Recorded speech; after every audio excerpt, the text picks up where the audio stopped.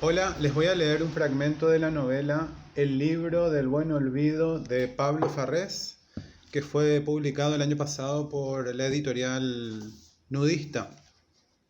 Pablo es un escritor de acá de La Matanza. Recuerdo el día que regresé a esta casa con mis pocas cosas a cuestas. Entré a este mismo cuarto y lo encontré intacto, absolutamente idéntico a como lo había dejado hacía ya tantos años. Abrí la puerta y quedé anonadado. Se trataba del museo de mi propia infancia, un diorama de mi pasado. En las paredes todavía colgaban los pósters que en mi adolescencia había pegado junto a un círculo negro y verde, con números que saltaban de 10 en 10 y servía de blanco para perder el tiempo jugando a los dardos. El cajón del escritorio resguardaba los viejos cassettes que por entonces escuchaba: The Cure, Talking Head, U2, The Smiths, The Depeche Mode, Specials, y en la biblioteca todavía se encontraban los viejos libros de la colección Elige tu propia aventura que mi madre me compraba todos los meses, junto a algunos ejemplares ya desvencijados de Poe, Philip Dick y Hermann Hesse. Seguramente mi madre habría guardado y cuidado lo que en aquella habitación persistía con la ilusión de que en algún momento mi vida terminara de pudrirse y regresara vencido a su lado como finalmente sucedió. En el placar de la ropa planchada y doblada esperaba todavía por el que yo había sido y dejado de ser, pero que aquella ropa permaneciera así limpia y ordenada transformaba mi sospecha en un indicio claro del estado de melancolía en que mi madre había vivido durante tantos años esperando el derrumbe y con ello el regreso de su hijo. ¿Para qué tomarse el trabajo de lavar, planchar, doblar y guardar aquellas prendas que ya no me entraban, sino porque todavía vivía en un tiempo ya muerto en el que ella misma se había dejado atrapar? El orden intacto de la habitación en la que había pasado mi infancia y adolescencia era el modo en que ella había encontrado para sobrevivir un tiempo más después de mi abandono, un gesto desesperado de defenderse de sí misma mientras esperaba mi retorno. Fue aquella obscena esperanza de mi madre la que me permitió comprender los vericuetos de la pérdida y el esfuerzo inútil de dar vueltas sobre mi propia existencia mental para sanarme de mi memoria atrofiada. Llevado a una escala universal, mi cerebro, como el de cualquier otro, no difería demasiado al de una mosca. ¿Dónde persistían entonces los recuerdos sino en las cosas mismas? Allí se encontraba mi pasado, mis libros de entonces, mis cassettes, los pósters, mi juego de dardos, mi ropa, mi cama. Ellos mismos concentraban el pasado, eran la memoria que yo había perdido. Me di cuenta, o quise pensar, que la memoria entonces no es un rasgo humano sino propiedad del mundo. El mundo es memoria. Las cosas no son sino la encarnación del pasado, la contracción del tiempo ido. Me sentí liberado, pude allí respirar sereno y saberme inocente con respecto al que fui en este mismo lugar. No necesitaba entonces recuperar en mi memoria la imagen de quién había sido mi madre. Ella estaba en los libros apretujados en la biblioteca.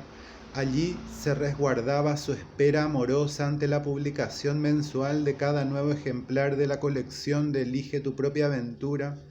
Allí estaban las visitas de mi madre cuasi analfabeta a las librerías buscando los cuentos de Poe, Dick y los otros. Y en aquellos cassettes de Sumo, de Cure, de Specials, mis propias búsquedas. Todavía el chico de 13 años que juntaba las monedas para ir a la disquería y comprar no los originales porque no me alcanzaba la plata, sino los cassettes vírgenes en los que grababa de la radio o de los que otros chicos le prestaban, y sobre todo existía todavía en la ropa que mi madre aún mantenía planchada y doblada en los estantes del placar.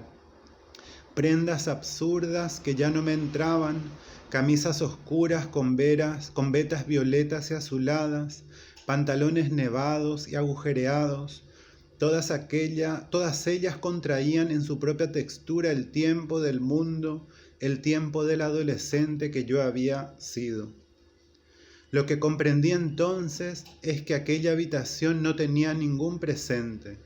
Ella misma y todo lo que allí se encontraba ya eran el recuerdo de sí mismos. Esa idea me trajo un gran alivio. El hecho de que mi pasado solo se presentara bajo la forma desgarrada del atisbo y la mera intuición no tenía nada que ver con los vericuetos de mi cerebro, ni con las trampas que yo mismo pudiera inventarle a mi existencia mental. No había nada que buscar allí, simplemente porque el pasado no se inscribe en la memoria de los hombres, sino en el espesor concreto de las cosas. Bueno, aquí hay una idea muy interesante, que esto de que las cosas son las que guardan la memoria y por tanto la memoria es un atributo del mundo. Si pensamos a las palabras como cosas también, entonces podemos hacer este pase mágico en el que cuando volvemos a una habitación que guarda los objetos de nuestro pasado y por tanto nuestra propia memoria y lo reordenamos, movemos los muebles, las cosas, cambiamos los objetos, etc.